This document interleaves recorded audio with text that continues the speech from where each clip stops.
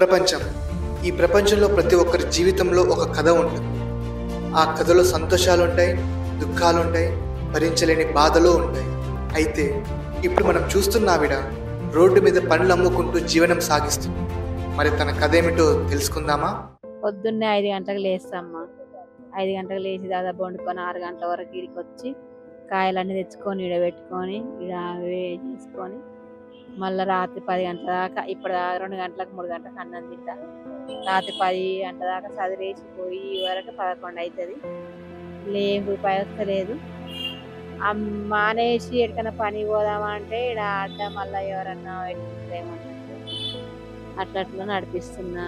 ఇల్లు లేదు, ఇల్లు కట్టుకుందామంటే రూపాయి లేదు. పిల్లగాడు పెద్దగా అయ్యిండు. పెళ్లి చేద్దామంటే ఎవరన్నా పిల్లని ఇస్తట్లేరు. ఇల్లు కడదామనుకుంటున్నా. అట్లా బాధ, మస్తు కష్టం ఉంది, మస్తు బాధ ఉంది.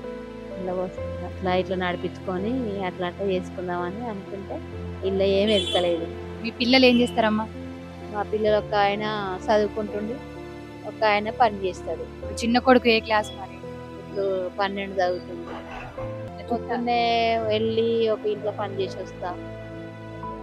6 గంటల వరకే ఒక ఇంట్లో పని చేసి వచ్చి ఈడ పెట్టుకుంటా. మళ్ళీ మధ్యాహ్నం గిరాకీ ఉండదు ఏమని కప్పేసి మళ్ళీ ఒక ఇల్లు చేసి వస్తా. మళ్ళీ మా అబ్బాయి రాత్రి 9 గంటలకు వస్తాడు. 9 గంటలకు వస్తే ఆయన చదివే వరకు నేను మళ్ళీ ఒక ఇల్లు చేసుకొని వస్తా పని. మళ్ళీ ఇంటికి వెళ్ళాలి, మళ్ళీ అన్నం వండుకోవాలి, కూర వండుకోవాలి, వండుకునే వరకు 12 అవుతుంది. అట్లా అట్లా అట్లా అట్లా సాగించుకొని వస్తున్నాం. కష్టం బాగుందమ్మా. ఏదో చూడడానికి ఇట్లున్నదని. ఇప్పుడు మీకు ఈ కూరగాయల కొట్టుతోని సపోటా పండ్లు, దానిమ్మలు ఎంత లాభం వస్తుందమ్మా రోజు? ఓ రోజు వస్తుంది, ఓ రోజు రాదు. అసలే మునుగుతుంది. అంతే అంటారా?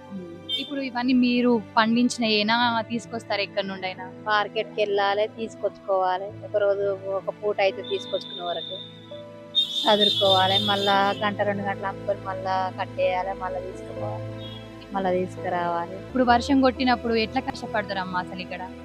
వర్షం కొట్టినప్పుడు వాహనాలు మోసుకురావాలి, ఇక్కడ పెట్టాలి, మళ్ళా వస్తే గిరాకీ వచ్చింది, లేకపోతే లేదు. మళ్ళీ తీసుకోవాలి, మళ్ళీ తీసుకురావాలి. పెద్ద బాధ. తీసేయాలా అనిపిస్తుంది. ఎట్లా మళ్ళీ అడ్డ పోతుందా మీడ, మళ్ళీ ఎవరన్నా పెట్టుకుంటారేమన్నా మళ్ళీ ఏదో అట్లా అట్లా నడిపిస్తున్నాం ఇక పిల్లల కోసం బాధతోటి. ఏం చేసినా పిల్లల కోసమే అంటారు. పిల్లల కోసమే చదివియాలి. చిన్న పిల్లగాడు ఉండు, ఆయన చదువుకోవాలి. మొన్న 20,000 కట్టిన, మళ్ళీ కట్టాలి. ఇల్లు కిరాయి కూడా వెళ్తలేదు. ఇళ్ళకి వెళ్ళి తీసి ఎక్కడికన్నా ఇది చేసే వాళ్ళు ఎక్కడన్నా పని పోయింది పెట్టలేదు. మీ పిల్లలు మొత్తం మంది పెంచడానికి ఇది ఒక కూరగాయల కొట్టే ఉందా మీకు ఇప్పుడు ఇల్లు గడవడానికి? ఏది లేదు, ఇది ఒక్కటే. 5 సంవత్సరాల నుండి ఉంటున్నారు. 5 సంవత్సరాల నుండి ఎంత లాభం వచ్చింది? దాదాపు ఏం లాభం లేదు, లాభం ఏం లేదు. ఆడికి ఓ రోజు ఓ నెల ఇది ఒక ట్రిప్ తెచ్చినాం అనుకో, ఓసారి వస్తుంది, ఓసారి ఇంకో ట్రిప్ తెచ్చినాం అనుకో అసలే మునుగుతుంది. ఇలా వచ్చిందని వచ్చేది లేదు, ఇలా పోయిందని ఏడ్చేది లేదు. వేస్ట్. ఇప్పుడు ఈ పండ్లు ఇవన్నీ కుళ్ళిపోతే ఏం చేస్తారమ్మా మరి? అన్ని ఆవులకు పెట్టుడే, ఎవరికన్నా వాళ్ళకి వీళ్ళకి పంచి పెట్టుడే.